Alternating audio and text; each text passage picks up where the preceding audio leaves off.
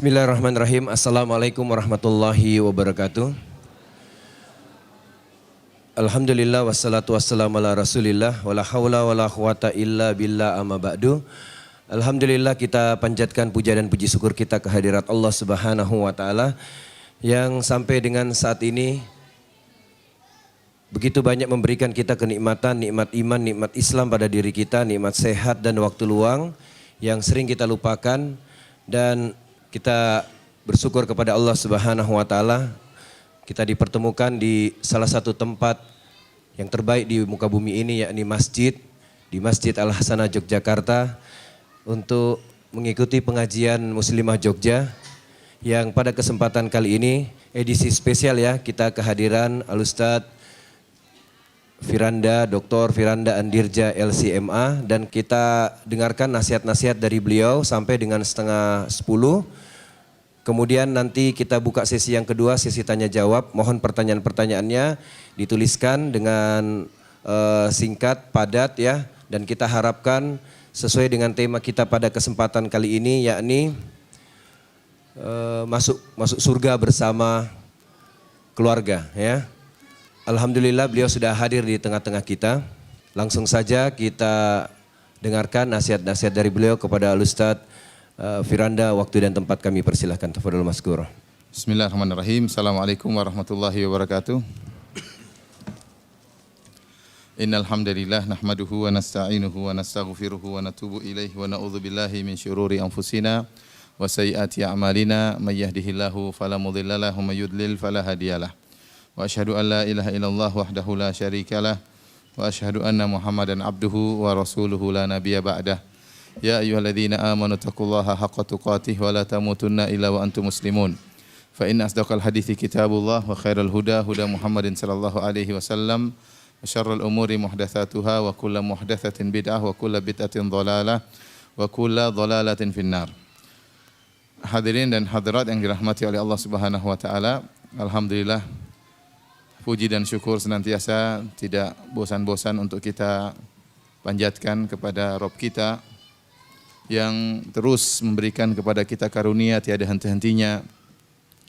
Meskipun kita sendiri sadar kita penuh dengan dosa dan kekurangan, tetapi Rabb kita terus memberikan karunia kepada kita karena kasih sayangnya dan rahmatnya. Salawat dan salam tercurahkan selalu kepada junjungan kita Nabi Muhammad sallallahu alaihi wasallam dan juga kepada keluarganya serta seluruh sahabat beliau tanpa terkecuali.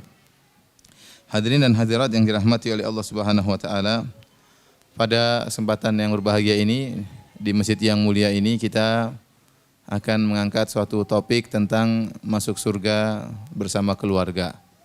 Yang ini merupakan cita-cita ya setiap kita, setiap pasangan suami istri ya ingin ya masuk surga bersama anak-anak, demikian juga bersama orang tua ya. Karena lebih sempurna kebahagiaan tatkala kita masuk surga bersama dengan orang-orang terdekat kita. Oleh karenanya Allah Subhanahu wa taala menyebutkan dalam dua ayat ya dalam Al-Qur'an bahwasanya seorang tatkala masuk surga dia bisa masuk surga bersama keluarganya, anaknya, istrinya atau orang tuanya. Di antaranya dalam surat Ar-Ra'd Allah Subhanahu wa taala berfirman, Ar-Ra'd surat 13 ayat 22 dan 23. Setelah Allah menyebutkan ciri-ciri penghuni surga, kata Allah Subhanahu wa taala, ulaika lahum uqubad dar. Dan mereka itulah orang-orang yang mendapatkan kesudahan yang terbaik. Tempat kesudahan yang terbaik itu surga. Kemudian kata Allah, jannatu adnin yadkhulunaha wa man salaha min abaihim wa azwajihim wa dzurriyyatihim.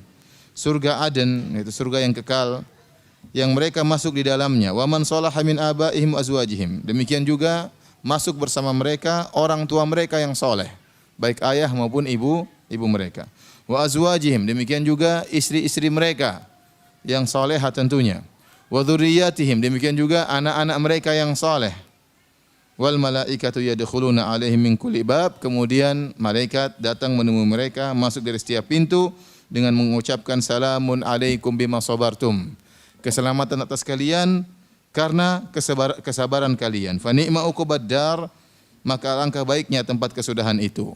Jadi ini isyarat bahwasanya seorang bisa mau surga bersama orang tuanya, bersama istrinya, bersama suaminya, dan bersama anak-anaknya.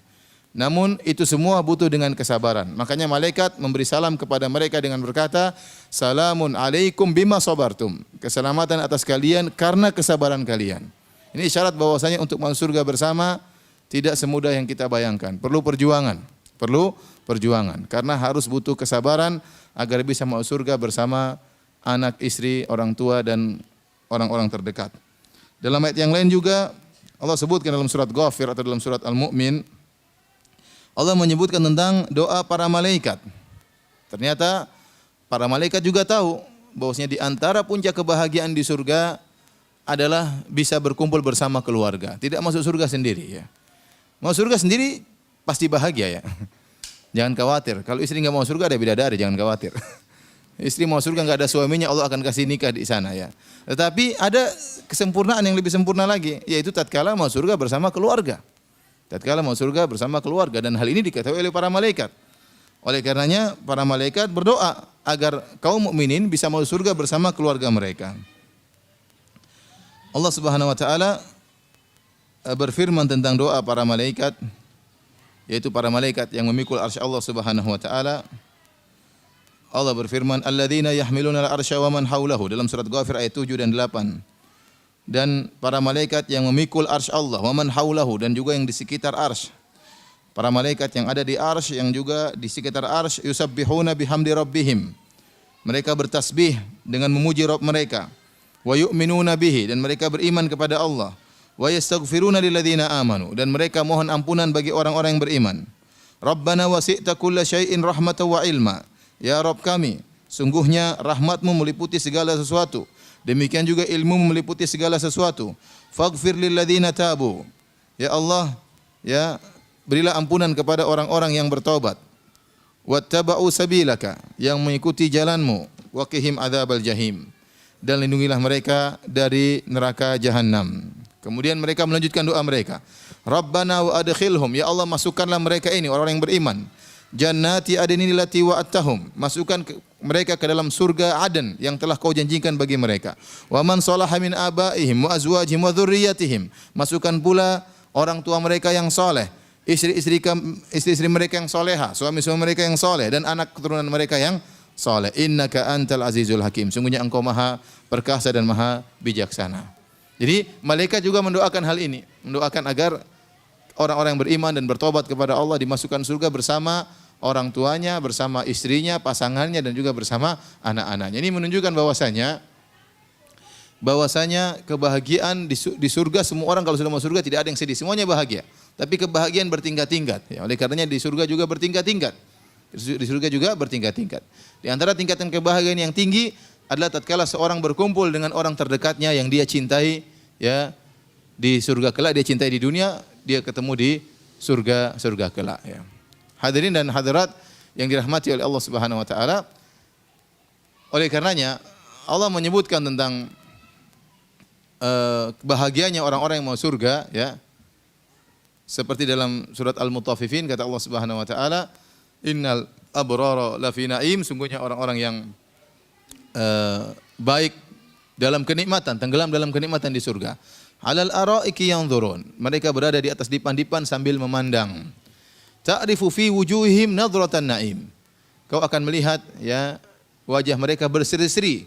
Kenapa? Karena bahagia dengan apa yang mereka pandang ya. Ini sudah pernah saya jelaskan, Allah tidak menyebutkan tentang apa yang mereka pandang sehingga membuat mereka bahagia.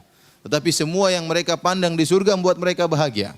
Memandang kenikmatan surga, memandang indahnya surga, memandang kelezatan-kelezatan yang Allah sediakan, memandang wajah Allah Subhanahu wa taala, di antaranya memandang keluarga mereka yang ada di surga bersama mereka ya. Kita bisa rasakan bagaimana kebahagiaan yang luar biasa tatkala kita bertemu dengan keluarga di surga. Kita saja di dunia terkadang kita rela mengeluarkan uang banyak supaya bisa jalan-jalan sama keluarga. Terkadang kita keluarkan uang banyak supaya bisa ketemu dengan keluarga ya. Kenapa? Karena kita ada kerinduan ingin bertemu dengan mereka, ingin membagi kebahagiaan bersama bersama mereka. Apalagi kalau ketemu di surga, ya. Apalagi kalau ketemu di surga. Enggak usah ketemu keluarga, ketemu teman saja, ketemu teman lama, kita bahagia ya. Misalnya kita punya teman SMP, sudah lama enggak ketemu. Setahu kita dulu teman kita SMP itu nakal seperti kita dulu ya. Tahu-tahu sampai di Madinah ketemu di Madinah dia lagi hajian, masya Allah. Bahagia atau tidak? Bahagia. Kamu kok bisa di sini? Bagaimana ceritanya? Ya sama, kamu juga kok bisa di sini? Kok bagaimana ceritanya? Misal, ya bahagia ketemu, sudah lama enggak. Apalagi kemudian kita meninggal dunia, terpisah dengan alam barzakh, terpisah dengan alam kubur, ya. Kemudian kita dibangkitkan, terpisah lama. Mungkin orang tua kita meninggal terlebih dahulu, mungkin kita meninggal terlebih dahulu, mungkin pasangan hidup kita meninggal terlebih dahulu, dan seterusnya. Kemudian akhirnya Allah memberikan kita kesempatan untuk bertemu kembali di surga kelak. Ini merupakan kenikmatan yang sangat luar biasa. Oleh karenanya seorang berpikir, berusaha agar dia tidak mau surga sendiri. Dan Allah melarang kita egois.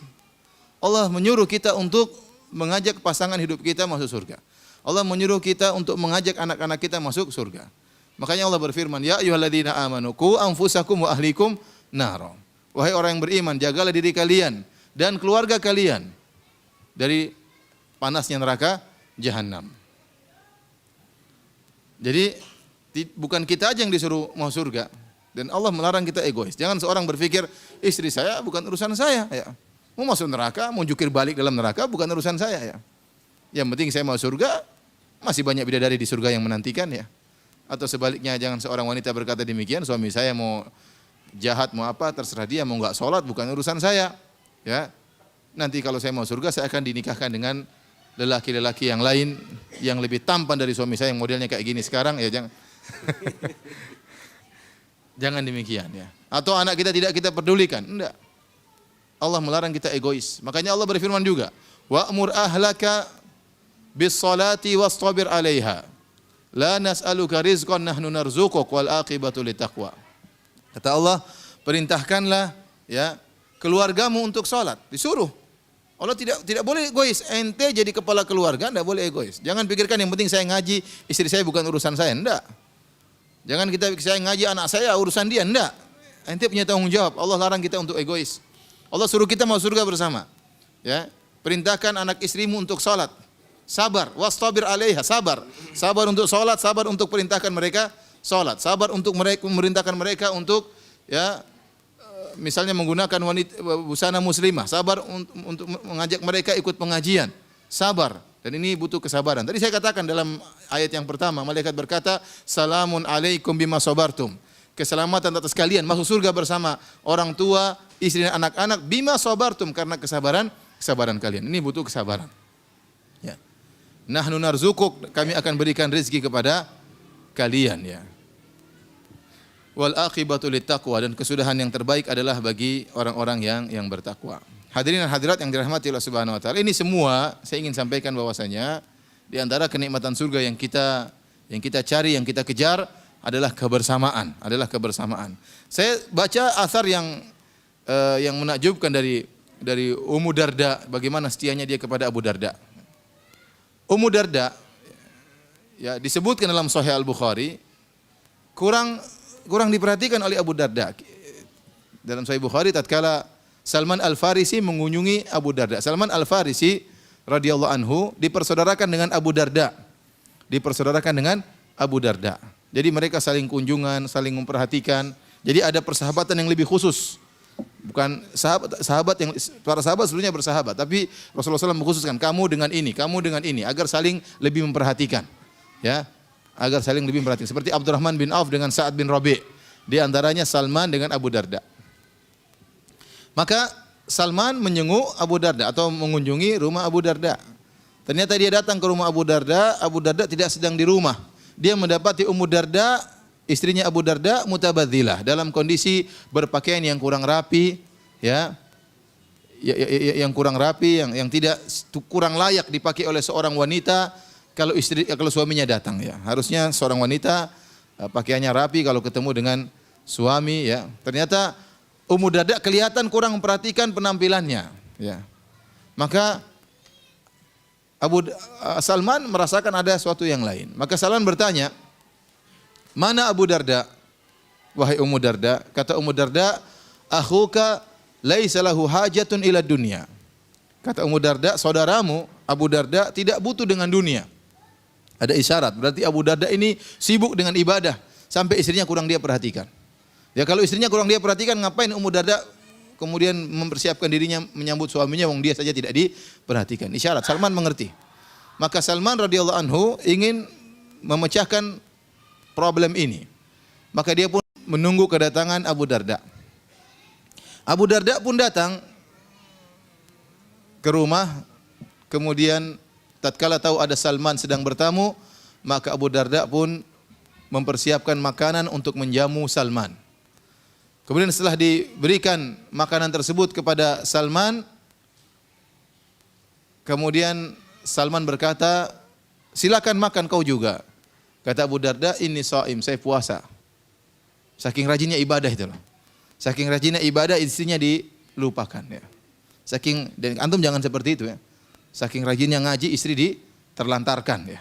Jangan. Ya. Maka Salman berlezat-lezat dengan ibadah tersebut.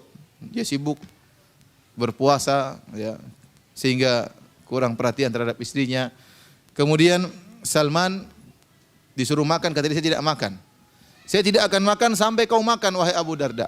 Akhirnya Abu Darda terpaksa buka puasa demi untuk menyenangkan tamunya. Abu Darda buka puasa, makan bersama Salman. Salman tidak pulang, tetap tinggal di rumah Abu Darda. Akhirnya mereka pun tidur di malam hari. Baru awal malam Abu Darda sudah bangun ingin sholat malam. Ya, saking semangatnya beribadah. Kenapa? Dia menemukan kelezatan dalam beribadah. Ini dalil para hadirin bahwasanya seorang beribadah bukan ikut hawa nafsunya. Mentang-mentang dia merasakan lezat begini, mentang-mentang dia merasa lezat misalnya sholat malam, ya, sehingga dia melalaikan kewajiban-kewajiban yang lain. Abu Darda berlezat-lezat dalam puasanya, berlezat-lezat dalam sholat malamnya, sehingga awal malam dia sudah sholat. Dia mau sholat, kata Salman, belum waktunya, tidur dulu. Disuruh tidur sama Salman. Akhirnya Abu Darda tidur. Tengah malam lagi, bangun lagi pingin sholat malam. Kemudian Salman bilang, belum waktunya, tidur dulu. Kemudian tatkala sepertiga malam yang terakhir, maka Abu Darda sholat, Salman juga sholat malam. Setelah itu Salman nasihati Abu Darda. Dia berkata, inna li rabbika alaika haqqan. Sungguhnya Rabbmu punya hak. Wali jasadika alaika haqqan. Sungguhnya jasadmu juga punya hak. Wali ahlika alaika haqqan. Istrimu juga punya hak. Wali zawrika alaika haqqan. Tamumu juga punya hak. Fa'ati kulladhi haqqin haqqah. Berikanlah masing-masing haknya. Abu Darda mendengar nasihat dari Salman. Dia ingin cross check kepada Nabi SAW. Maka dia pun pergi menemui Nabi. Dia menceritakan apa yang terjadi. Dia mengatakan, Salman bilang demikian-demikian. Kata Rasulullah SAW, sadaqa Salman. Salman itu benar. Jadi perkataan Salman, inna li rabbika alaika haqqan. Sungguhnya Rabbmu punya hak. Jasadmu punya hak, badanmu punya hak, istrimu punya hak, anak-anakmu punya hak, tamu punya hak. Berikan masing-masing haknya. Ternyata dibenarkan oleh Rasulullah SAW. Subhanallah, Allah a'lam. Setelah itu mungkin Abu Darda berubah karena mendengar nasihat dari Nabi SAW. Ya, sampai disebutkan beberapa athar tentang bagaimana ya akhlak Abu Darda bersama istrinya, betapa saling mencintai di antara mereka keduanya. Kemudian Abu Darda meninggal terlebih dahulu. Abu Darda meninggal terlebih dahulu dan banyak seperti itu ya. Banyak pasangan suami istri, suaminya yang meninggal terlebih dahulu. Sehingga banyak wanita yang menjanda ya, banyak. Nah, waktu Abu Darda meninggal dunia, tinggal Ummu Darda. Ummu Darda dilamar oleh sahabat yang lain. Kalau tidak salah dilamar oleh Muawiyah. Muawiyah bukan orang sembarangan, orang hebat ya. Punya nasab yang tinggi ya. Kemudian melamar Ummu Darda, tapi Ummu Darda menolak lamaran tersebut. Dia mengatakan, saya mendengar dari suamiku, dari Rasulullah SAW, bahwasanya Rasulullah SAW bersabda, seorang wanita di surga bersama suaminya yang terakhir. Dan saya tidak mau Abu Darda diganti. Masya Allah. Setia atau tidak? Setia ya. Dia tidak mau nikah dengan laki-laki lain. Kenapa? Karena memang demikian ya. Dia sangat sayang kepada suaminya dan ingin bersama dengan suaminya di akhirat kelak. Ya. Bahkan dalam sebagian riwayat, kalau saya tidak salah ingat ya, Muawiyah ingin menikah, kata Ummu Darda, puasa saja ya, puasa saja. Jadi para hadirin dan hadirat yang rahmati Allah Subhanahu wa taala, ini menunjukkan bagaimana betapa banyak ya ummahat, demikian juga para suami yang ingin mereka masuk surga bersama-sama dengan pasangannya, dengan anak-anaknya. Ya. Dan mereka bersabar dalam menjalani kehidupan di dunia ini karena mereka berharap bisa masuk surga bersama-sama. Nah, inilah yang akan kita bicarakan para hadirin hadirat. Bagaimana kita bisa masuk surga bersama-sama, tentunya perlu kerjasama antara anggota keluarga, terutama antara suami dan istri, agar kita bisa sama-sama dimasukkan oleh Allah ke dalam surga. Taib. Hadirin dan hadirat yang dirahmati oleh Allah Subhanahu wa taala, tentunya intinya kalau kita ingin masuk surga bersama harus sama-sama bertakwa, harus sama-sama saleh, bersabar mendidik istri, bersabar menasihati suami, kemudian juga bersabar mendidik anak-anak, bersabar mendidik anak-anak. Saya ingin menyampaikan satu poin yang menunjukkan pentingnya kita mendidik anak-anak kita. Karena anak-anak kalau soleh termasuk sebab utama yang bisa buat kita orang tua masuk surga. Ya, sebaliknya kalau demikian juga kalau kita soleh, kita juga bisa membuat anak kita masuk surga dengan syafaat. Dengan syafaat. Jadi masing-masing orang tua memberi syafaat kepada anak, anak memberi syafaat kepada orang tua. Allah sebutkan dalam Al-Quran, saya carikan ayatnya biar dicatat. Dalam surat At-Tur ayat 21, surat At-Tur ayat 21. Allah berfirman, "Walladzina amanu wattaba'athum dzurriyyatuhum biimanin alhaqna bihim dzurriyyatahum wa ma alatnahum min amalihim min syai' kullu imri'in bima kasaba rahin." Kata Allah Subhanahu wa taala, dan orang-orang yang beriman, wattaba'athum dzurriyyatuhum biimanin, kemudian diikuti oleh keturunan mereka juga beriman.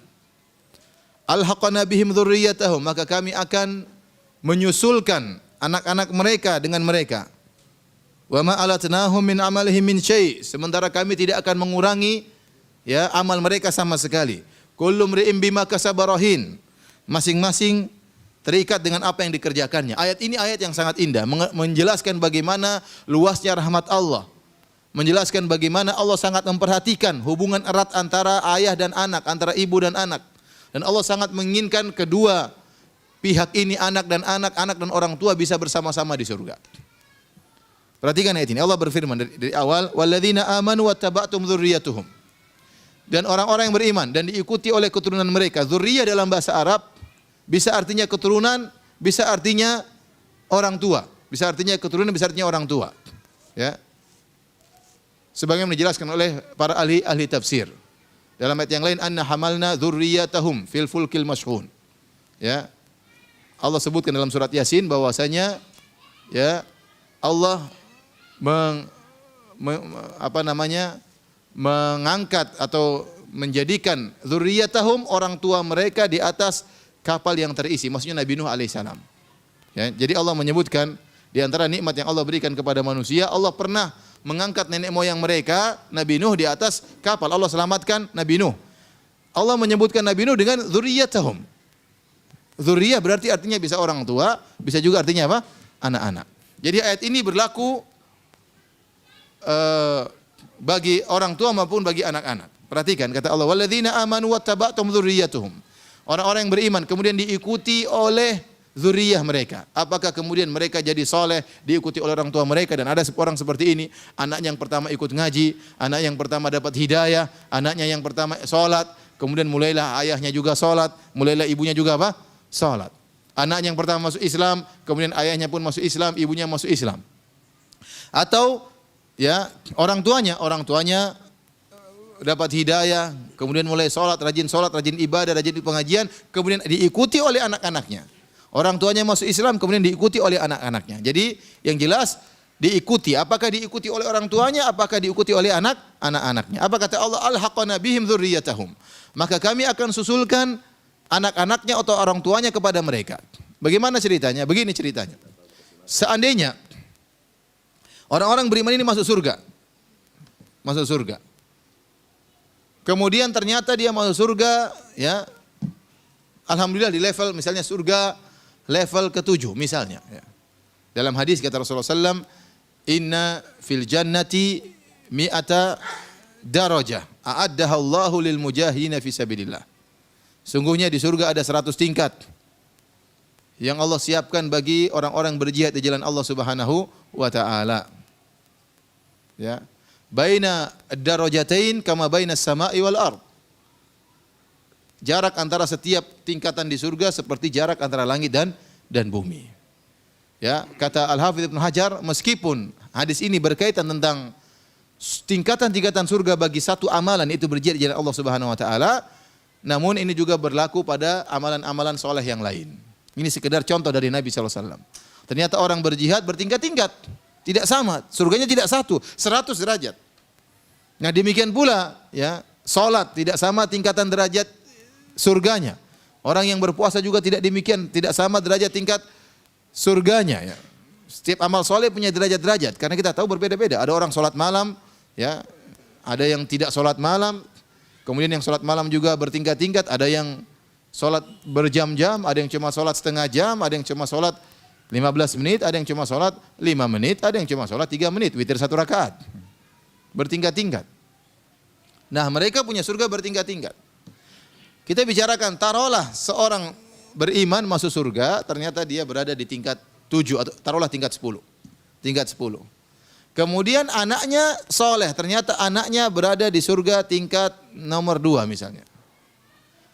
Allah menghendaki, Allah tahu bahwasanya orang tua sangat sayang kepada anaknya. Kata Allah, alhaqana bihim dzurriyyatahum, maka anak-anaknya Allah angkat derajatnya ke surga tingkat nomor 10 bersama orang tuanya. Lah harusnya kalau kita berpikir pakai logika. Nah, orang tua yang di tingkat 10 kalau ingin anaknya yang berada di level 2 ingin naik ke level 10 atau ingin agar bisa bisa di-upgrade anaknya, harusnya dia berkorban, dia kirim sebagian amal solehnya kepada anaknya. Sehingga kalau dia kirim sebagian pahala amal solehnya kepada anaknya, maka dia otomatis akan turun. Dia turun kemudian anaknya naik, maka akan bertemu misalnya di level 5 misalnya. Dia korbankan sebagian amal solehnya, dia kirim kepada anaknya sehingga anaknya naik di level kelima, dia pun turun di level kelima, maka mereka bertemu di level kelima. Seharusnya demikian, tapi ternyata rahmat Allah luas. Kata Allah, alhaqana bihim dzurriyyatahum, kami akan angkat dongkrak anaknya, kami upgrade ke level 10. Ya, wa ma alatnahum min amalihim min syai', dan kami tidak akan mengurangi pahala orang tuanya sama sekali. Setelah itu di akhir ayat kata Allah, kullu mri'in bima kasaba rahin. Berbeda tatkala masalah dosa. Kalau masalah dosa kata Allah masing-masing sendiri, ya. Masing-masing sendiri. Dosa orang tua tidak akan ditransfer kepada anak, dosa anak tidak akan transfer ke orang tua. Tapi kalau masalah kebaikan tidak, orang tua bermanfaat. Kalau dia punya level tinggi di akhirat, dia bisa angkat anaknya ke level yang tinggi tersebut. Dan ini berlaku sebaliknya. Sebaliknya misalnya, tadi saya katakan dzurriyyah dalam menurut ahli tafsir maknanya bisa orang tua, bisa artinya anak. Sebaliknya anak kita misalnya di level 10. Kita ternyata di level 1, sebentar lagi masuk neraka jahanam. Sedikit lagi hampir masuk neraka jahanam. Anak kita di level 10 ya. Subhanallah, maka dia memberi syafaat. Dia sayang kepada kita, dia berdoa kepada Allah Subhanahu wa taala, maka Allah pun mengupgrade kita untuk bisa bersama dengan anak kita di level yang tinggi. Dari sini ini ayat yang sangat memberikan kita harapan agar kita benar-benar mendidik anak-anak kita menjadi anak-anak yang soleh. Karena mereka akan bermanfaat bagi kita di akhirat kelak. Mereka akan bermanfaat bagi kita di dunia maupun di akhirat. Sangat bermanfaat. Oleh karenanya para hadirin hadirat yang Allah Subhanahu wa taala butuh kesabaran. Kesabaran untuk saling menasihati. Ya, saling menasihati. Kita menasihati suami kita supaya suami kita jadi yang laki yang soleh agar bisa memberi syafaat bagi kita di akhirat kelak. Kita juga sabar menasihati istri kita agar istri kita menjadi istri yang soleha agar bisa memberi syafaat bagi kita di akhirat kelak. Apalagi anak-anak. Kalau Anda sekarang ya sudah terlanjur begini modelnya orang tua ya. Tidak punya hafalan Quran, hafal juz amma pun tidak hafal ya. Jangan sampai anak Anda seperti Anda nasibnya ya. Usahakan anak Anda punya hafalan yang tinggi. Punya hafalan yang banyak. Ya. Agar anak Anda mendapat derajat yang tinggi di surga. Kemudian Anda akan ditarik bersama dia. Jadi perlu perjuangan. Ya. Ajari anak-anak untuk sholat sunnah, untuk tiap hari baca Al-Quran. Kita mungkin sudah jarang baca Quran, kesibukan masing-masing. ya, terjebak dengan pekerjaan, terjebak dengan utang piutang, ya, terjebak dengan bermacam-macam masalah. Anak-anak kita siapkan, jangan sampai kamu nak seperti bapak, ya. Kamu harus lebih baik daripada bapak. Demikian, ya. Karena kalau dia soleh, yang beruntung kita. Makanya ibu-ibu didik anak-anak dengan penuh kesabaran, ya. Diomelin boleh, tapi jangan terus-terus diomelin, kasihan.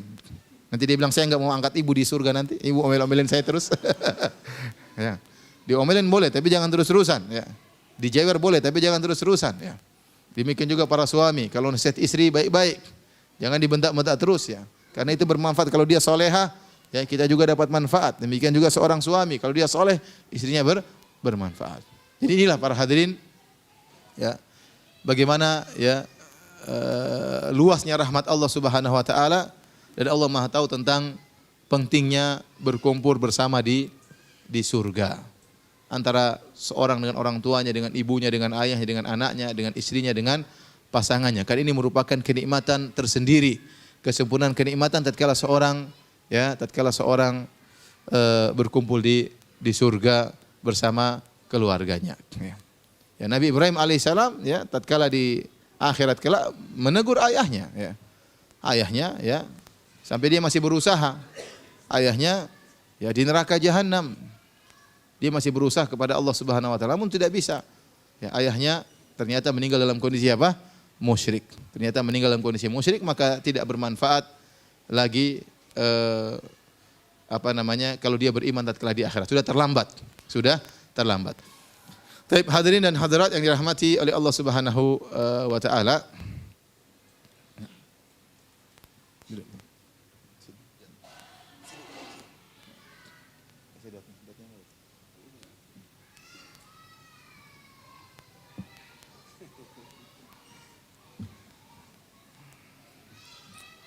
Kamu harus lebih soleh dari bapakmu, ya. Amin. Jangan lupa bapak di akhirat. Baik, hadirin dan hadirat yang dirahmati oleh Allah Subhanahu wa taala. Selanjutnya, ya, saya ingin mengingatkan kepada diri saya dan juga kepada para hadirin dan hadirat, ya. Tadi untuk bersabar dalam mendidik anak-anak. Ini sangat penting, ya. Karena tadi kalau kita berhasil mendidik anak-anak, maka yang mendapat keuntungan sebenarnya diri kita. Di dunia maupun di akhirat. Ya. Sungguh merupakan kebahagiaan kalau kita melihat anak-anak kita soleh dan solehah. Sungguh merupakan kebahagiaan tatkala kita melihat anak-anak kita baca Al-Quran, apalagi mereka baca Al-Quran tidak disuruh. Sekarang mungkin kita mau suruh-suruh. Ayo baca Quran, kamu baca. Bapak suruh-suruh saya baca Quran, bapak kapan baca Qurannya? Saya disuruh terus.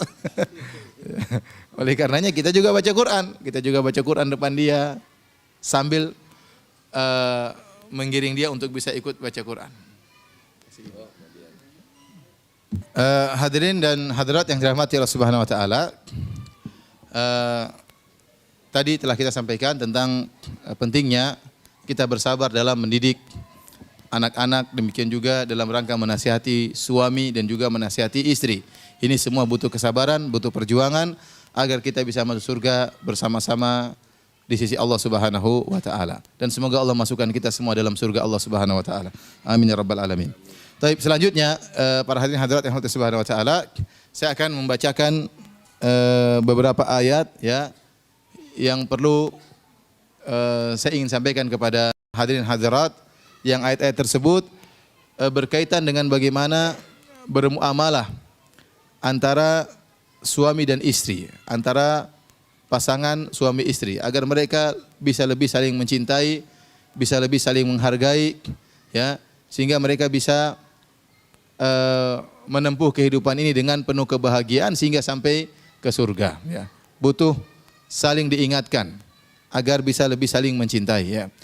Di antara ayat-ayat tersebut, ya, di antara ayat tersebut adalah dalam surat Al-Baqarah ayat 237. Surat Al-Baqarah ayat 237, ya. Allah Subhanahu wa taala berfirman, "Wa in talaqtumuhunna min qabli an tamassuhunna wa qad faradtum lahunna fariidah, fanisfu ma faradtum illa ay ya'funa aw ya'fu alladhi bi yadihi uqdatun nikah." wa an ta'fu aqrabu littaqwa wa la tansawul fadla bainakum. Innallaha bima ta'maluna basir. Ayat ini adalah ayat yang sangat penting tentang bagaimana muamalah suami istri. Ayat ini meskipun berkaitan tentang masalah cerai, tapi ada poin yang sangat penting dalam ayat tersebut. Saya bacakan arti dari ayat ini. Kata Allah, wa in talaqtumuhunna. Jika kalian wahai para lelaki menceraikan istri-istri kalian, min qabli an tamassuhunna, sebelum kalian menyentuh, sebelum kalian menggauli istri-istri kalian. Jadi sudah ada akad nikah, tahu-tahu sebelum berhubungan dicerai. Jadi ini sangat mungkin terjadi. Ya, kalau di tanah air kita mungkin jarang terjadi, tapi kalau di Arab Saudi, di negara-negara Arab mungkin terjadi. Karena jarak antara akad nikah dengan tinggal serumah terkadang waktunya lama. Seperti Nabi SAW, Rasulullah SAW menikah dengan Aisyah sebelum hijrah. Waktu itu Aisyah berumur 6 tahun. Namun baru serumah dengan Aisyah baru digauli oleh Nabi SAW 3 tahun kemudian. Waktu Aisyah berumur 9 tahun. Berarti jarak antara akad nikah dengan digauli berapa tahun? 3 tahun. Ya. Demikian juga saya tahu teman-teman saya di Arab Saudi demikian. Mereka menikah sekarang, terkadang bisa serumah beberapa bulan kemudian. Ya. Kalau Indonesia tidak demikian. Indonesia kalau pagi hari akad nikah, malamnya langsung malam pertama. Ya. Tidak ditunda-tunda. Terkadang akad nikah pagi-pagi, siangnya langsung siang pertama. Bukan. Saking cepatnya dan praktisnya. Tetapi kalau di luar negeri ini mungkin terjadi. Sehingga tatkala ada jarak antara akad nikah dengan hidup bersama, ada jarak, ada jeda, maka bisa jadi terjadi perceraian sebelum digauli. Dan Allah menyebutkan hal ini dalam Al-Quran. Wa in talaqtumuhunna min qabli an tamassuhunna. Jika kalian menceraikan istri-istri kalian sebelum kalian menggauli mereka.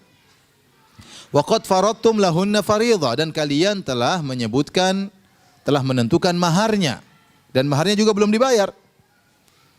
Kata Allah, fa nisfu ma faradtum, maka bayarkanlah setengah mahar tersebut. Illa ayyafuna aw ya'fu alladhi biyadihi uqdatun nikah, kecuali kalau istrinya mengalah, ya, dengan mengatakan tidak usah bayar sama sekali, atau sebaliknya sang suami yang mengalah dengan membayarkan seluruh mahar. Wa an ta'fu aqrabu littaqwa, dan yang mengalah itu lebih dekat kepada ketakwaan. Jadi saya ulangi, ada seorang laki menikah dengan seorang wanita, akad nikah.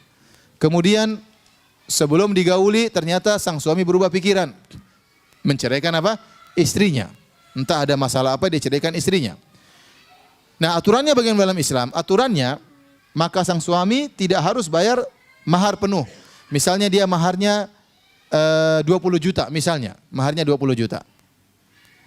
Maka tatkala dia tahu maharnya 20 juta dan dia ceraikan istrinya, dia cukup bayar setengah. Berapa?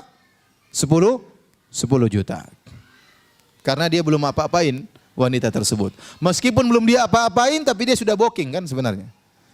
Sudah di booking, nggak bisa dimasukin oleh orang. Sudah di booking, ternyata bookingannya digagalkan. Nah, harus ada ganti rugi. Dan syariat adil, maka syariat menyuruh sang suami cuma bayar mahar berapa? Setengah. Harusnya 20 juta jadi berapa? 10 juta. Taib. Kata Allah, illa ayyafuna, kecuali sang istri mengalah. Kata sang istri, wahai suamiku, toh kamu belum apa-apain saya. Ya sudah, enggak usah bayar mahar sama sekali. Istrinya mengalah. Kata Allah, au ya'fu alladhi biyadihi uqdatun nikah, atau sebaliknya sang suami yang mengalah. Sang suami mengatakan, wahai istriku, ya, meskipun saya belum sentuh kamu, tapi saya sudah terlanjur booking kamu. Ya sudah, saya bayar aja seluruhnya, bukan 10 juta saja. Saya bayarkan seluruhnya 20 juta. Jadi dua-duanya dimotivasi oleh Allah. Sang istri dimotivasi agar memaafkan supaya tidak usah bayar. Sang suami dimotivasi agar membayar penuh seluruhnya. Dan Allah mengatakan wa anta'fu aqrabu littaqwa. Siapa yang mengalah lebih dekat kepada ketakwaan. Siapa yang lebih dahulu lebih baik. Kemudian kata Allah Subhanahu wa taala, "Wala tansaul fadla bainakum. Innallaha bima ta'maluna basir." Dan janganlah kalian melupakan atau meninggalkan perbuatan yang termulia kepada pasangan kalian. Sungguhnya Allah bima ta'maluna basir. Sungguhnya Allah Maha melihat terhadap apa yang kalian kerjakan. Taib. Ayat ini sering disalahartikan oleh sebagian orang, ya. Bahkan di Arab Saudi, ya, mereka mengartikan wala tansaul fadla bainakum. Ayat ini yang saya ingin antum hafal, ya. Agar antum masukkan dalam hati antum. Ini ayat yang berat bagi saya dan bagi suami istri. Wala tansaul fadla bainakum itu artinya menurut ahli tafsir artinya janganlah kalian meninggalkan perbuatan yang terbaik dalam bermuamalah dengan pasangan. Jangan kalian meninggalkan untuk melakukan muamalah yang terbaik dengan pasangan. Bukan artinya jangan lupakan kebaikan pasangan kalian. Kalau antum buka buku terjemahan Al-Quran, mereka biasanya menerjemahkan ayat ini wala tansaul fadla bainakum, jangan lupakan kebaikan pasangan. Demikian terjemahannya kira-kira. Namun terjemahan itu keliru. Siapa yang buat terjemahan? Ada yang buat terjemahan? Coba buka surat Al-Baqarah ayat 237. Al-Baqarah 237. Apa terjemahannya? Wala tansaul fadla bainakum. Janganlah kalian melupakan keutamaan di antara kalian. Ya. Terjemahan seperti ini kurang pas. Terjemahan seperti ini kurang pas karena wala tansaul fadla bainakum ternyata ditafsirkan oleh seluruh ahli tafsir. Ya, baik Ibnu Jarir, baik Ibnu Katsir dan yang lainnya, maksudnya janganlah kalian meninggalkan sikap utama dalam bermuamalah dengan pasangan. Ya. Karena sebagian orang tatkala membaca terjemahan janganlah kalian melupakan keutamaan di antara kalian, seakan-akan diterjemahkan keutamaan yang sebelumnya. Artinya kalau kalian ada permasalahan, maka janganlah kalian lupakan kebaikan-kebaikan pasangan sebelumnya. Dan ini meskipun secara makna benar, seorang tidak boleh melupakan kebaikan pasangannya, terutama tatkala mereka sedang bermasalah. Ya. Ini maknanya benar, tapi bukan itu maksud daripada ayat ini. Nanti akan saya jelaskan. Adapun yang dipahami oleh banyak orang dari ayat ini, maksudnya bagaimana? Maksudnya, kalau seorang suami sedang bertengkar dengan istrinya, maka jangan lupakan kebaikan-kebaikan pasangannya yang sebelumnya. Jangan, kata Syekh Utsaimin rahimahullah, jangan seorang menilai pasangannya tatkala sedang bertengkar, dia nilai tatkala itu, tidak. Itu namanya penilaian yang tidak objektif. Dia harus menilai secara total, jangan dia menilai dari satu sisi saja. Tatkala dia sedang marah sama istrinya, istrinya melakukan kesalahan, maka dia marah besar dan dia nilai tatkala itu saja. Harusnya dia ingat kebaikan-kebaikan istri sebelumnya. Demikian juga seorang wanita, tatkala suaminya salah, maka tidak boleh dia nilai tatkala itu saja, tapi dia harus nilai bagaimana kebaikan-kebaikan suaminya sebelumnya selama ini. Jadi ini poin yang sangat penting dalam menjaga keutuhan rumah tangga. Ya. Makanya Allah Subhanahu wa taala berkata, atau Rasulullah SAW berkata kepada para laki, ya, la yafruq mu'minun mu'minah in kariha minha khuluqan radiya minhal akhar. Janganlah seorang laki mukmin benci kepada wanita mukminah, istrinya. Kalau ada dia benci salah satu perangainya, pasti ada perangai yang lain yang dia sukai. Kalau istri kita lagi bikin kita jengkel, ingat, istri kita adalah orang yang paling dekat dengan kita. Istri kita yang telah mengandung anak-anak kita. Istri kita yang telah merawat kita tatkala kita sedang sakit, ya. Dan seterusnya. Banyak sekali kebaikan apa? Kebaikan istri. Jangan cuma kita ingat keburukannya. Istri kita yang selalu ngomelin kita. Tidak ada yang mengomel kita kecuali apa? Istri kita misalnya. Tidak boleh seperti itu. Ya. Jangan, namanya wanita istri marah itu biasa, ya.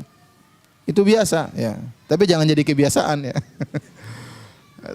Tapi ingat kebaikan-kebaikannya. Ingat kebaikan-kebaikan yang terlalu banyak sehingga orang tatkala mengingat kebaikan-kebaikan dia akan melupakan, ya, kesalahan yang terkadang hanya sepele. Sebaliknya seorang istri pun demikian. Kalau suaminya salah, maka jangan nilai suaminya tatkala salah tersebut saja, tapi ingat kebaikan-kebaikannya yang telah lalu, yang telah dia rasakan.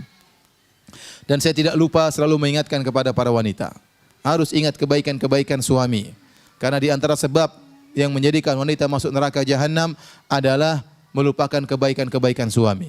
Kata Rasulullah SAW, ya ma'syaran nisa tasaddaqna, wahai para wanita bersedekahlah. Jangan pelit, jangan cuma pikir beli baju, beli sepatu, beli dompet, beli apalagi tas. Tasnya bertambah-tambah, tasnya sudah 2, beli lagi 1, 3, 4, 5, sepatunya sampai 5 pasang, ngapain seperti itu, ya. Kemudian sedekahnya enggak jalan-jalan, ya. Hendaknya para wanita banyak bersedekah. Apa kata Nabi SAW? Karena kalian banyak penghuni neraka jahanam. Seorang wanita berkata, 5 ya Rasulullah. Kenapa ya Rasulullah? Kata Rasulullah SAW, li'anna kunna takfurnal ashir, karena kalian suka ingkar, lupa dengan kebaikan apa? Suami. Oleh karenanya Rasulullah SAW berkata, "Lau ahsanta ila ihdahunna ad-dahra, thumma ra'at minka syai'an, laqalat ma ra'aitu minka khairan qat." Kalau seorang suami berbuat kebaikan kepada istrinya setahun penuh, kemudian istrinya melihat kesalahan dari suaminya, maka istrinya akan berkomentar, "Aku tidak pernah mengetahui kebaikan darimu sama sekali." Dan ini komentar yang sangat berbahaya. Oleh karenanya ibu-ibu, dan ini ibu-ibu, hati-hati kalau lagi marah sama suami, jaga lisan. Jangan sampai mengungkapkan ungkapan-ungkapan dengan lafal umum. Seperti mengatakan, "Kamu tidak pernah sayang sama sekali sama saya." Ya, ini enggak boleh seperti ini. "Kamu tidak pernah cinta kepada saya." Ya. "Kamu selalu pelit sama saya." Jangan ada kalimat selalu-selalu, jangan ya. Ini bahaya. Ya, karena ini seakan-akan melupakan kebaikan apa? Kebaikan suami ya. Ya. "Kamu tidak pernah cinta sama saya." Bagaimana tidak cinta? Anak kita sudah 10. Dari mana anak kita ya? Kalau enggak cinta. Emang datang begitu saja tanpa cinta misalnya. Ya. "Kamu tidak pernah, kamu pelit sama saya." Gimana pelit? Badanmu subur kayak gini, dari mana enggak pelit? Kalau pelit pasti kurus kerempeng ya. Oleh karena seorang wanita kalau marah, boleh marah tapi jangan mengungkapkan dengan bahasa-bahasa umum. Kemudian di antara kelebihan wanita, ya, ini saya dapat faedah dari sebagian ulama, ya, bahwasanya para wanita itu diberikan kelebihan hafalan yang kuat, mudah menghafal kesalahan-kesalahan suami. Ya. "Kamu pernah begini, kamu pernah begini. Waktu kita jalan-jalan sana kamu begini." Dihafal itu semua, ya, sampai catatan kakinya pun dihafal. Ya. Tapi kalau laki-laki tidak bisa begitu, laki-laki susah menghafal kesalahan istri. Ya. Kenapa? Yang dia hafal adalah tagihan utang. Saya punya utang sini. Oleh karenanya ibu-ibu, ya, kalau lagi marah sama suami, ingat kebaikan-kebaikan suami. Demikian juga laki-laki, jangan seperti perempuan. Kalau istrinya berbuat salah, yang dia ingat kesalahan istrinya saja. Itu sifat perempuan. Tidak boleh laki-laki seperti apa? Perempuan. Dia harus pandang dengan pandangan yang lebih luas. Istri saya banyak kebaikannya, istri saya banyak apa? Banyak jasanya. Nah, dengan mengingat kebaikan-kebaikan yang lampau, ini mudah untuk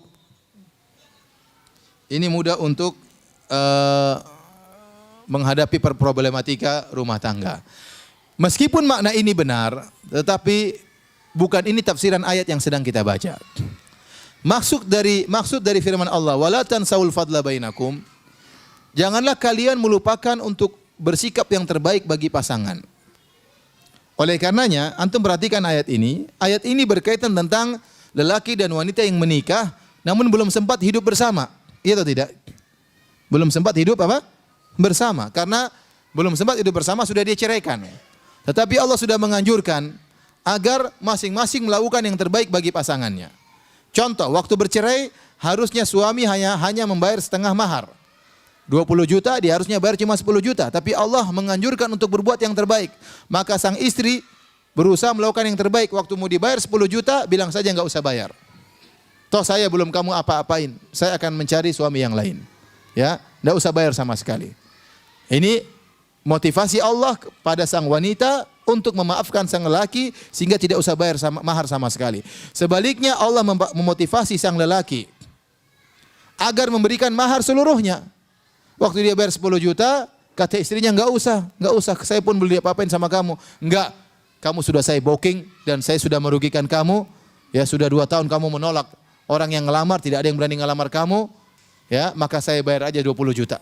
Saya bayar saja 20 juta. Padahal mereka berdua belum pernah berinteraksi, namun dianjurkan untuk melakukan yang terbaik bagi pasangan. Nah, kalau belum pernah berinteraksi saja disuruh untuk melakukan yang terbaik, bagaimana lagi yang sudah hidup bersama? Bagaimana lagi yang sudah hidup bersama? Ya. Saya contohkan maksudnya dalam hal ini, ya. Jadi Asy-Syaikh As-Sa'di rahimahullahu taala menyebutkan muamalah dengan orang lain ada dua tingkatan. Tingkatan yang pertama namanya al-muamalatu bil fadl wal insaf, yaitu bermuamalah dengan orang lain dengan cara yang insaf, yang adil. Maksudnya bagaimana? Kalau dia baik saya baik, kalau dia buruk saya buruk. Itu namanya kita tidak berbuat zalim.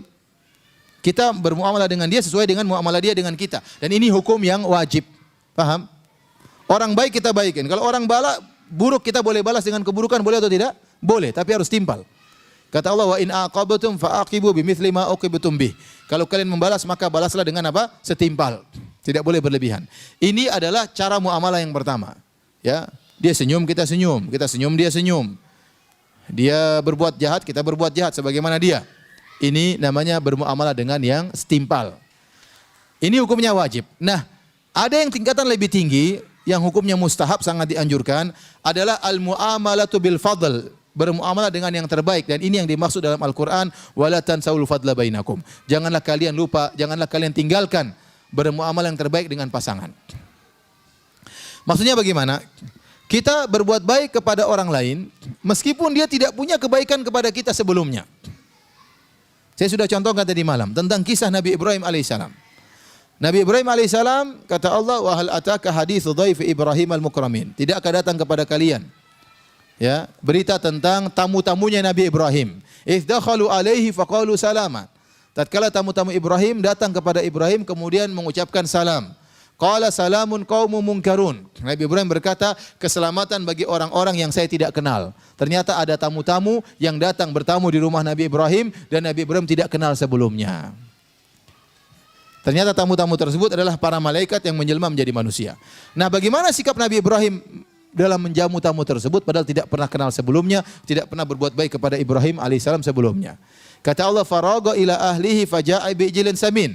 Maka Ibrahim segera pergi ke rumah keluarganya, kemudian dia segera menyembelih seekor sapi yang gemuk.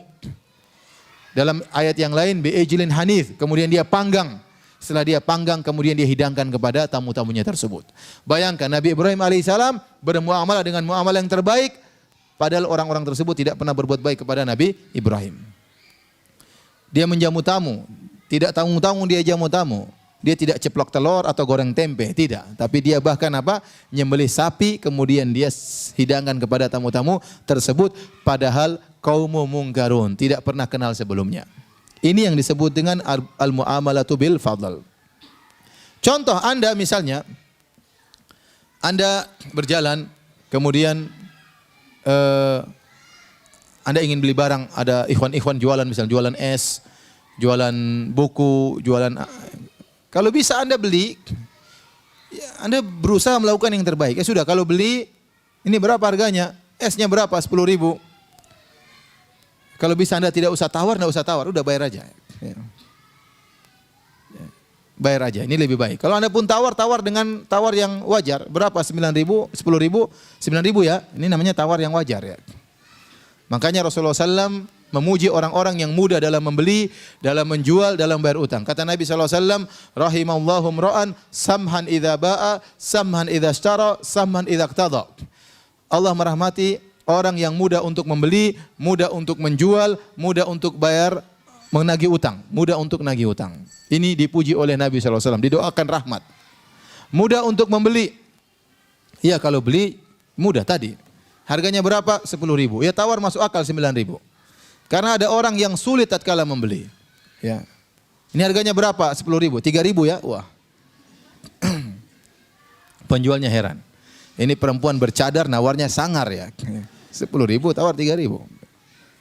Ya, saya punya teman ada yang seperti itu. Firanda, sudah sini saya yang tawar. Wah, ini mengerikan kalau dia tawar ya. Dan kalau tawar seperti ini bahaya. Bisa jadi terjerumus dalam jual beli yang tanpa keridhaan. Paksa, akhirnya dia jual. Syekh Utsaimin rahimahullah berkata, kalau ada orang kasih hadiah kepada kita, kita lihat dia terpaksa, enggak boleh kita terima. Karena namanya akad, jual beli atau wakaf atau hibah harus dibangun di atas antaradin minkum, harus apa? Ridha. Harus ridha, suka sama suka. Adapun kalau terpaksa enggak boleh. Sampai Syekh Utsaimin berkata, kalau ada orang lewat, kita lewat di depan rumah orang, kemudian dia bilang, Mas, monggo mas, ayo ke rumah mas, makan mas. Ya. Kita tahu dia terpaksa, wajahnya basa-basi, jangan mas. Oh iya, mana, jangan. Dia lagi makan misalnya, ayo mampir, kita tahu dia terpaksa. Ya, cuma lauknya cuma 2, dia ngajak kita bertiga, gimana cara makannya? Berarti dia sedang basa-basi. Anda jangan, oh iya, sebentar ya, langsung ikut makan ya. Ini enggak boleh seperti ini. Kalau kita tahu dia basa-basi, jangan datang, kata Syekh Utsaimin. Kecuali kalau dia paksa, dia pegang tangan kita, ayo, ini berarti dia ingin kita makan beneran. Tapi kalau cuma, ayo, monggo. Basa-basi, jangan ente datang. Begitu ente lewat, dia bilang, alhamdulillah, enggak mampir. Kurang. Nah, kalau kita pun belanja demikian. Ada orang tawar berapa ini? 10.000. 3.000, enggak lah 5.000, 3.000, dipaksa, 3.000 dipaksa dekat-dekat. Dia jengkel, udah ambil, bayar, enggak usah bayar, ambil aja. Maksudnya kalau begitu terpaksa, ente jangan bangga ya. Oh saya kalau tawar, ya itu namanya ente ya tidak rahmat dalam membeli. Tidak rahmat dalam apa? Membeli. Demikian juga samhan idza ba'a. Tadi samhan idza syara ya. Samhan idza ba'a. Kalau tadi tidak apa namanya? Tidak ramah dalam membeli, sekarang tidak ramah juga dalam menjual. Kita menjual juga kalau bisa dengan rahmat. Jual barang misalnya. Ini harganya berapa? Kita jual harganya 10 juta. Ada orang tawar 8 juta, ya udah kasih aja. Tawarnya masuk akal. Jangan kita bilang enggak, 1 rupiah pun tidak akan turun. Mau kalau enggak usah ya. Nah, itu namanya tidak ramah dalam apa? Menjual. Nah, kita berusaha bermuamalah dengan yang terbaik. Kalau kita lagi jalan kemudian ada ikhwan misalnya jualan es, jualan apalagi musim hujan esnya enggak laku-laku. Ada ikhwan seperti itu, ya kasihan. Musim hujan jualan es enggak laku-laku. Sudah kita beli esnya berapa? 10.000. Kita tawar lagi 5.000. Kasihan sudah enggak laku, kita tawar lagi 5.000. Ya udah ente beli saja ya. Untungnya pun tidak cukup buat keluarganya, sayang, kasihan. Antum bersedekah tanpa ya, dan itu ada niatkan sedekah, insya Allah dapat nilai apa? Sedekah, beli barangnya, kasihan dia. Nah, jadi dalam bermuamalah ada 2 tingkatan, al-muamalatu bil adl, bermuamalah dengan setimpal, dan bermuamalah bil fadl dengan utama. Yang Allah inginkan di antara suami istri adalah bermuamalah dengan bil fadl, dengan lebih utama. Kita tidak tunggu pasangan kita berbuat baik, kita harus lebih baik daripada pasangan kita. Dan ini perkara yang sangat sulit. Tapi kalau bisa kita lakukan, maka insya Allah rumah tangga kita akan menjadi rumah tangga yang penuh dengan kebahagiaan. Ya, latih diri kita untuk senyum kepada pasangan. Latih diri kita untuk berkata-kata lembut dengan apa? Pasangan. Ya. Dan ini masalahnya di rumah, tidak ada yang lihat. Makanya di akhir ayat kata Allah Subhanahu Wa Taala,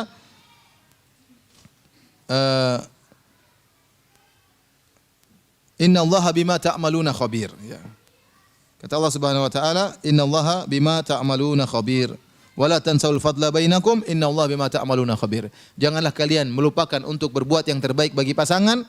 Inna Allaha bima ta'maluna basir. Mohon maaf, Inna Allah bima ta'maluna basir. Allah Maha melihat apa yang kalian lakukan. Jadi waktu Anda di rumah berbuat baik kepada pasangan, tidak ada yang lihat. Teman Anda enggak ada yang lihat, bos Anda enggak ada yang lihat, ustaz juga enggak lihat. Tapi yang lihat siapa? Allah Subhanahu Wa Taala. Jadi carilah pahala dengan berbuat yang terbaik bagi pasangan. Maka saya ingatkan ibu-ibu ya berusaha berbuat yang terbaik bagi pasangannya. Kalau suaminya pulang dari kantor ya, dari sales roti misalnya ya, dari pekerjaan yang berputar-putar di kota kemudian pulang ke rumah, maka layani dengan baik. Ya, sambut ketika dia datang dengan senyuman. Bukakan apa namanya kaos kakinya ya. Kalau memang dia pakai kaos kaki, kalau enggak ya sudah enggak apa-apa. Cium tangannya ya. Buka bajunya ya. Kalau kukunya panjang, potongkan kukunya. Kalau giginya kuning, sikatkan giginya. Ya. Bagaimana suami bisa apa? Senang. Kita sambut dengan parfum yang wangi, ya. Ya, dengan suami di luar baru melihat berbagai macam bunga di luar. Di luar sana wanita berhias dengan seindah-indahnya, ya. Dengan semenor-menornya, dengan secantik-cantiknya.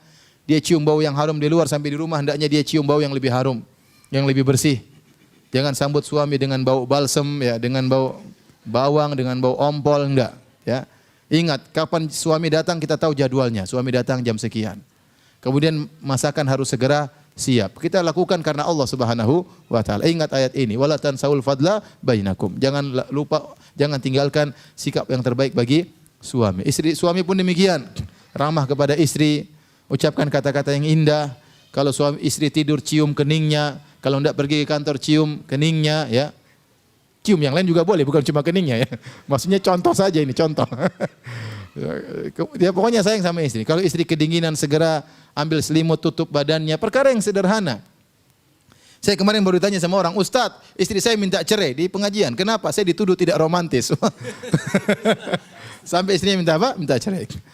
Ya, akhir romantis itu gampang. Yang penting mau atau tidak, ya. Ya. Istri harus bisa romantis, suami juga harus bisa apa? Romantis, ya. Jadi jangan lupa lakukan yang terbaik bagi pasangan sehingga tatkala kita bisa saling menghargai, saling menghormati, rumah tangga kita baik, dan ini sangat berpengaruh bagi anak-anak. Jangan sampai kita ribut di hadapan anak-anak, dan ini mempengaruhi psikologi mereka, ya. Jangan sampai anak-anak sampai tahu kita sering bertengkar, jangan. Ini mempengaruhi psikologi anak-anak. Jangan, tapi kita ingin rumah tangga kita rumah yang penuh dengan ketentraman, jauh dari teriakan-teriakan. Ya, dalam hadis Rasulullah SAW sebutkan, ya, bahwasanya ini rumah yang berkah seperti ini. Rumah yang jauh dari apa? Kekerasan, dari teriakan-teriakan dan yang lainnya. Wallahu ta'ala bishawab. Sampai sini saja yang ingin saya sampaikan pada kesempatan hari ini. Bapak dan Ibu yang dirahmati Allah Subhanahu wa taala, semoga kita dijadikan keluarga yang penuh kebahagiaan di dunia dan sampai berlanjut di akhirat kelak. Wallahu taala alam bishawab. Kalau ada yang bertanya saya persilakan. Baik, jazakallah khair. Terima kasih banyak kita ucapkan kepada Ustaz Firanda Andirja yang telah memberikan nasihat-nasihat kepada ibu-ibu dan remaja putri sekalian. Semoga Allah Subhanahu wa taala selalu melindungi beliau beserta keluarga dan semua yang hadir dalam pengajian Muslimah Jogja ini. Barakallahu fiik. Ustaz, kita masuk ke sesi tanya jawab. Kita bacakan pertanyaan yang pertama, Ustaz. Bismillahirrahmanirrahim. Assalamualaikum warahmatullahi wabarakatuh. Ustaz, saya mau bertanya, memberi syafaat masuk ke surga level tinggi, apakah hanya berlaku untuk anak kandung saja atau bisa juga anak angkat atau cucu? Mohon nasihat dari Ustaz. Secara umum, wallahu alam bishawab, secara umum kaum mukminin bisa memberi syafaat kepada kaum mukminin yang lainnya secara umum. Tetapi secara khusus tadi saya sebutkan, secara khusus ya, zahir ayat tadi, kalau orang tuanya saleh, bahkan meskipun dia tidak beri syafaat, Allah akan angkat anak tersebut. Ya, untuk bisa selevel dengan apa orang tuanya. Karena Allah mengatakan alhaqana bihim, kami pun akan mengangkat ya anak-anaknya untuk selevel dengan apa? Orang tuanya. Ya. Tapi secara umum kaum mukminin bisa beri syafaat kepada saudara-saudaranya yang lain. Tapi sejauh mana syafaatnya, ini ada pembahasan secara khusus. Siapakah yang berhak untuk diberi syafaat? Ini ada pembahasan yang secara khusus. Tapi secara pembahasan secara khusus. Tetapi maksud saya yang paling penting dalam ayat ini, Allah mengatakan anak-anak bisa disamakan levelnya dengan orang tua. Ya, zahir ayat ini tanpa ada syafaat-syafaatan. Allah langsung dengan rahmat Allah Subhanahu wa taala mengangkat derajat sang anak sama dengan derajat apa? Orang tuanya. Atau sebaliknya, Allah mengangkat derajat sang ayah, sang ibu sesuai dengan derajat anaknya, ya. Dan tidak lupa saya selalu ingatkan tadi, jadi dengan adanya ayat ini kita semakin termotivasi untuk mendidik anak kita supaya menjadi anak yang soleh. Kenapa? Kalau kita meninggal dunia, amal soleh yang dikerjakan anak kita akan mengalir kepada kita secara otomatis, ya, secara otomatis, ya. Oleh karena dalam satu hadis Rasulullah SAW bersabda, ya, innar rajula la turfa'u darajatuhu fil jannah. Ada seorang ternyata derajatnya ditinggikan oleh Allah di surga, ya. Maka dia heran, dia berkata, anna li hadza, ya Allah, kok bisa saya seperti ini? Dia tahu amalan dia harusnya tidak sampai derajat ini. Kata Allah, bistighfari waladika laka, karena anakmu senantiasa mohon ampunan bagimu. Anakmu senantiasa mohon ampunan bagimu. Al-Munawi berkata, jika seorang anak mohon ampunan bagi orang tuanya, maka orang tuanya mendapat dua keuntungan. Pertama, mendapat keuntungan doa anak tersebut. Artinya doa anak tersebut dikabulkan. Allah mengurangi dosa-dosanya. Keuntungan yang kedua, tatkala sang anak beristighfar, seakan-akan orang tuanya juga yang beristighfar. Jadi dia mendapatkan pahala beristighfar dan juga pengkabulan doa istighfar. Paham atau tidak? Karena kalau anak soleh beramal soleh, orang tuanya juga otomatis dapat pahala. Kenapa? Karena anak soleh adalah hasil dari didikan orang tuanya atau hasil dari tarbiyah orang tuanya. Orang tuanya yang masukkan dia ke pondok, orang tuanya yang bayarkan biaya dia pondok, orang tuanya yang mengarahkan dia kepada kebaikan, maka kebaikan-kebaikan dikerjakan oleh anaknya langsung otomatis sampai kepada orang tuanya. Jadi jika seorang anak beristighfar bagi orang tuanya dapat dua keuntungan. Pertama, dapat pahala beristighfar. Yang kedua, dapat pengkabulan dari istighfar tersebut. Baik, yang lain? Baik, terima kasih Ustaz atas jawaban yang diberikan. Selanjutnya, Ustaz, apakah benar para penghuni surga semua usianya sebaya? Benar ya. Uruban atroba, ya. Jadi para wanita di surga dan para lelaki umurnya mirip-mirip. Disebutkan dalam riwayat umurnya sekitar 33 tahun.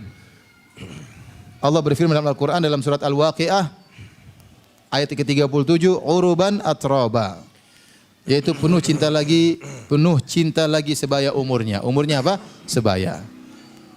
Jadi dalam hadis tatkala ada seorang wanita ya datang kepada Nabi dan dia mengatakan, Rasulullah, wanita ini sudah tua. Ya Rasulullah, doakan saya masuk surga. Kata Rasulullah SAW, innal jannata la tadkhuluha ajuz. Sungguhnya surga tidak akan dimasuki oleh nenek-nenek. Maka dia pun sedih ya. Dipikirnya tidak bisa masuk surga.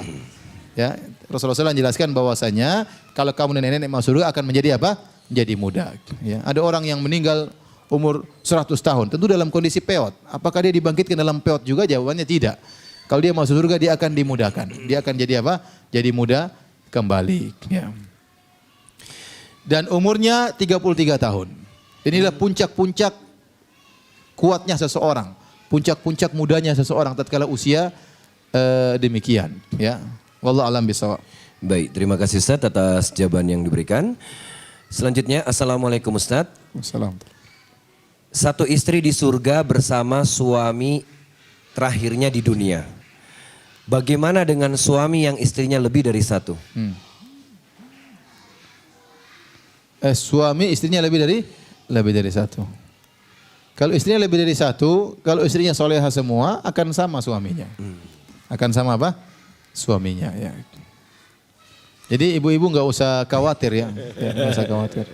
Ustaz, suami saya istrinya 4, nanti kalau saya mau sana gimana Ustaz? Nggak, di sana akan dihilangkan kecemburuan. Kata Allah, wa naza'na ma fi sudurihim min ghillin. Kami akan cabut dari dada-dada mereka kedengkolan, kedengkian, hasad, rasa cemburu dan yang lain. Jadi tidak ada kesedihan di sana, ya. Tidak ada kekhawatiran. Allah berfirman, udkhulul jannata la khaufun 'alaikum wa la antum tahzanun. Masuklah kalian dalam surga tanpa ada kekhawatiran, tanpa ada kesedihan. Ya, sekarang kita kenapa cemburu kepada istri kedua, cemburu kepada istri ketiga? Karena memang itu ditanamkan oleh Allah Subhanahu wa taala. Perasaan, syahwat, hasrat itu ciptaan Allah Subhanahu wa taala, ya. Saya sering menyampaikan di antara tanda bukti Allah itu Tuhan, ya, kita subhanallah, kita laki-laki lihat perempuan kita tertarik, ya. Dari mana? Dari sananya.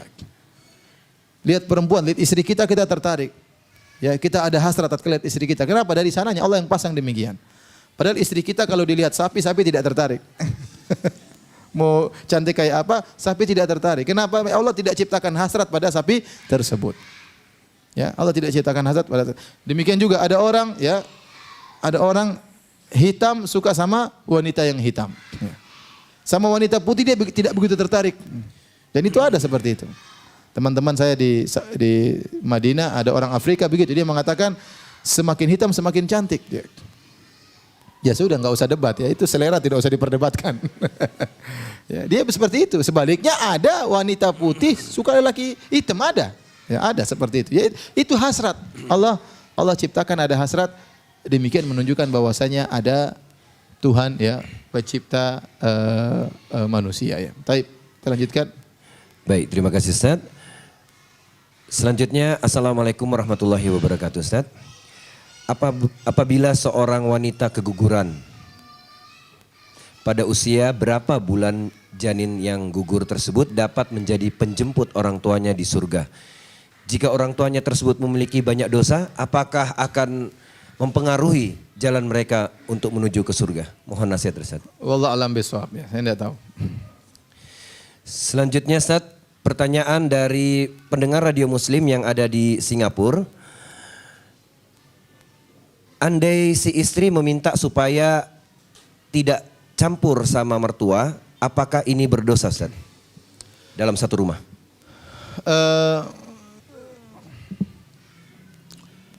Kalau dikatakan berdosa, jawabannya tidak, ya. Di antara hak istri adalah mendapatkan tempat tinggal secara tersendiri, ya. Di antara hak istri dia mempunyai tempat tinggal sendiri, ya.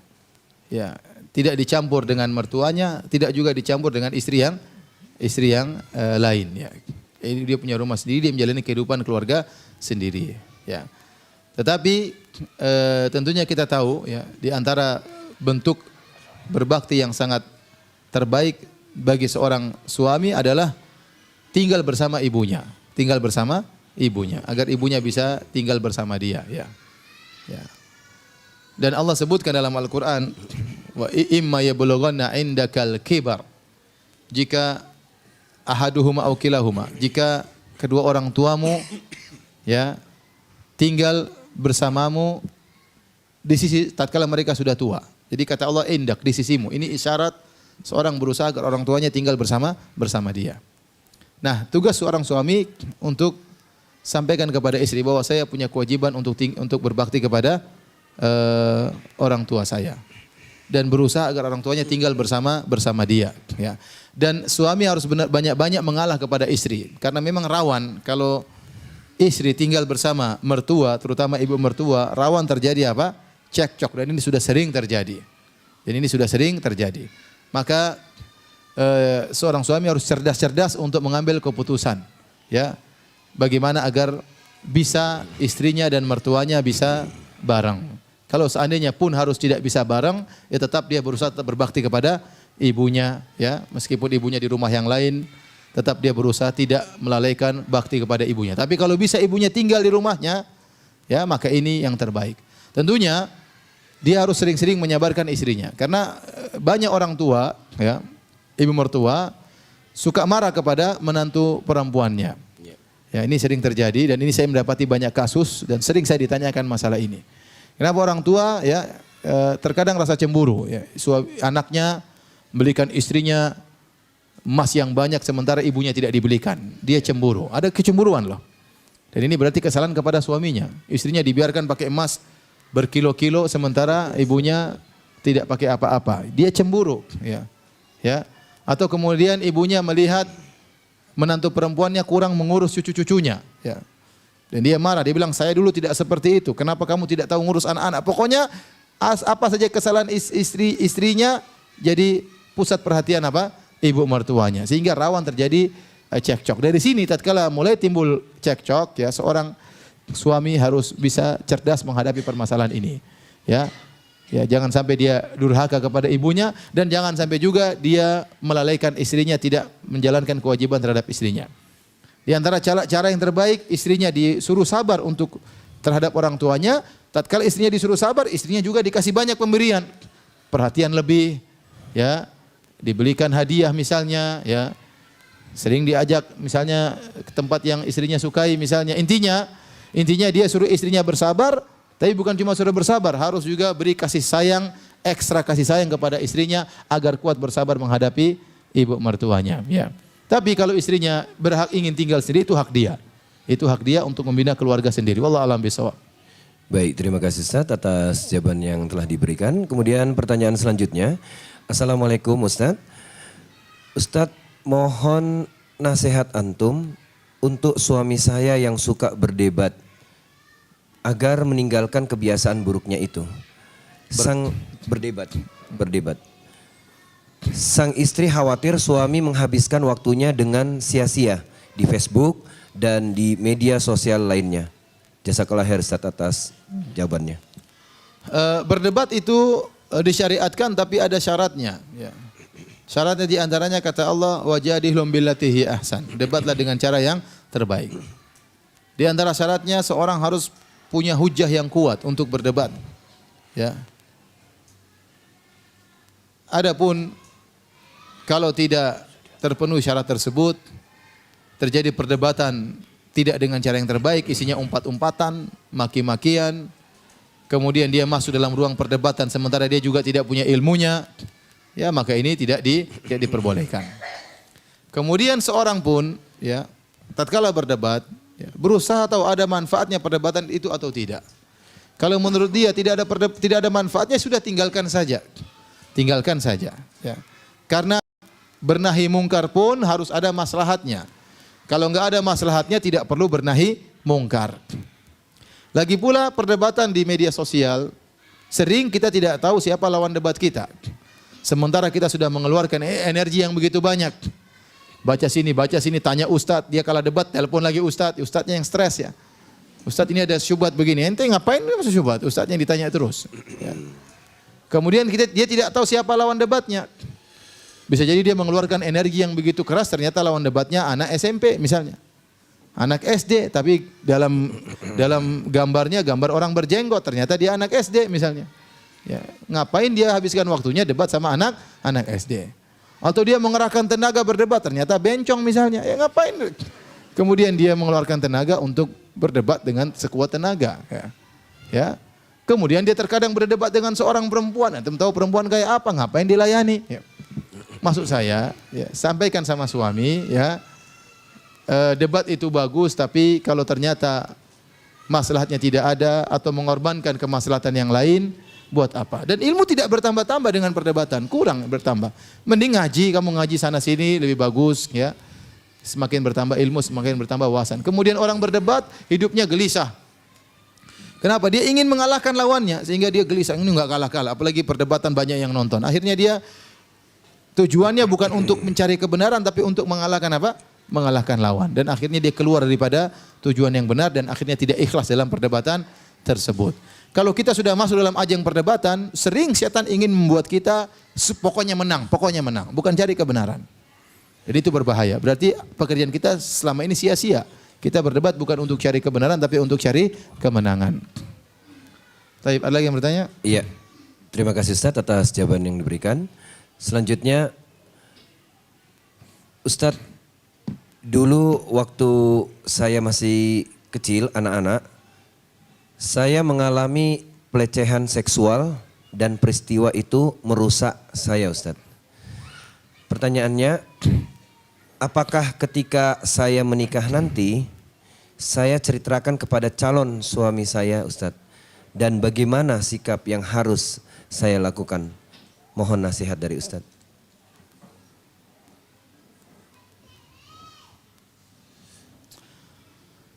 Wallahu alam bisawab. Kalau seorang memiliki cacat, yang cacat itu berpengaruh dalam hubungan biologis rumah tangga, maka itu harus disampaikan.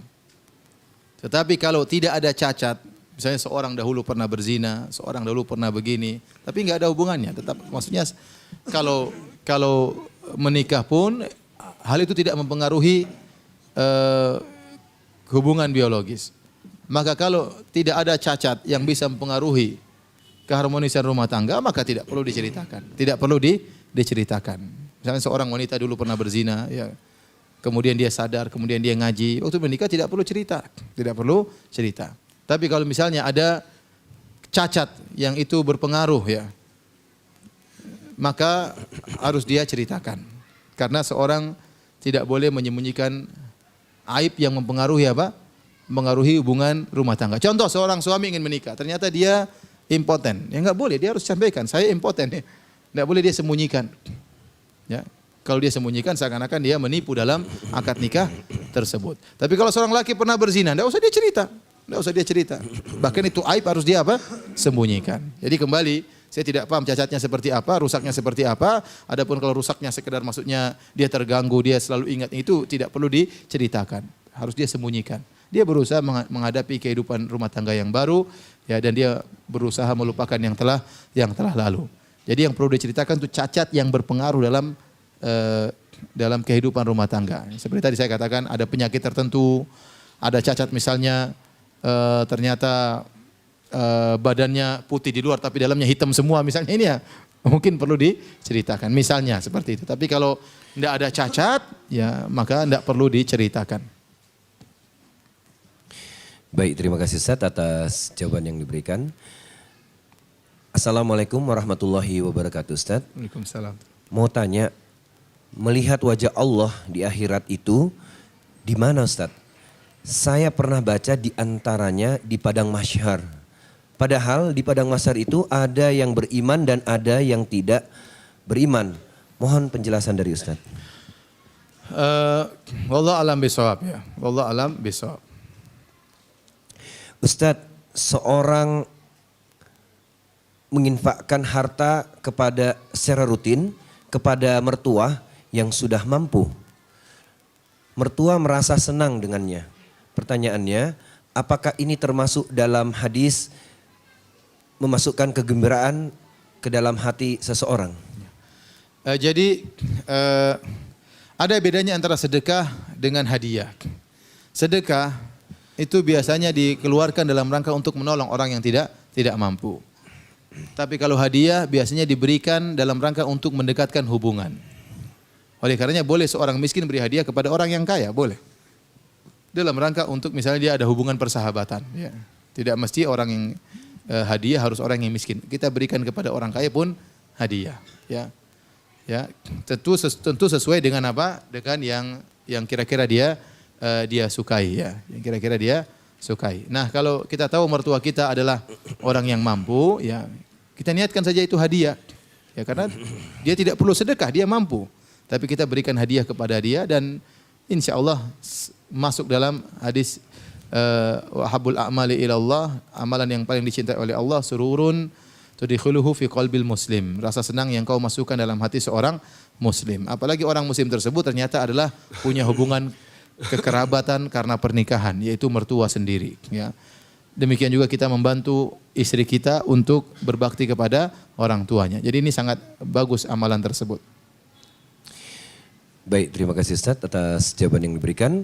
Selanjutnya, Ustadz Afwan ini, apabila seorang telah menikah sekitar 9 bulan, tapi suami belum pernah menggauli istrinya. Istri sering menasihati, tapi suami cuek.